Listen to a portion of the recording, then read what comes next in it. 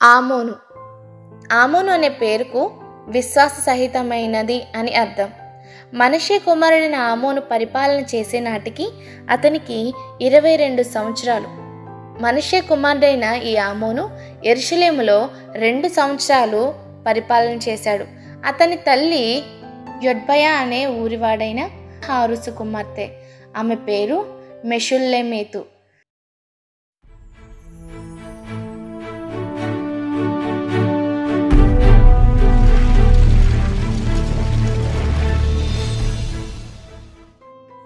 ఆమోను తన తండ్రి అయిన మనష్షే ఎలా అయితే దేవుని కోపం తెప్పించాడో ఇతడు కూడా యెహోవా దృష్టికి చెడు నడత నడిచి కోపం పుట్టించాడు.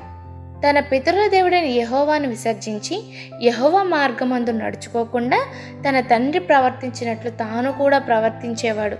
పూర్తిగా తన తండ్రి పూజించిన విగ్రహాలను ఆమోను కూడా పూజించాడు. శ్రమ వచ్చినప్పుడు తన తండ్రి అయిన మనష్షే గుణపడినట్లు యెహోవా సన్నిధిని పశ్చాత్తాపడలేదు.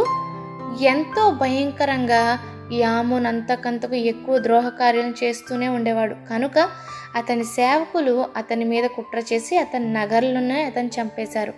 ఇంకా ఇశ్రాయేలు ప్రజలు ఉజ్జా యొక్క తోటలో ఆమోనుకు కలిగిన సమాధిలో అతన్ని పాతిపెట్టారు. అయితే తమ రాజును చంపిన వారిని దేశ జనులు హతం చేసి అతని కుమారుడైన యోషియాను అతనికి మారుగా పట్టాభిషేకం చేసి అతని స్థానమందు రాజుగా నియమించారు. ఆమోను చేసిన ఇతర కార్యాల గురించి యూదా రాజుల వృత్తాంతముల గ్రంథమందు వ్రాయబడి ఉంది.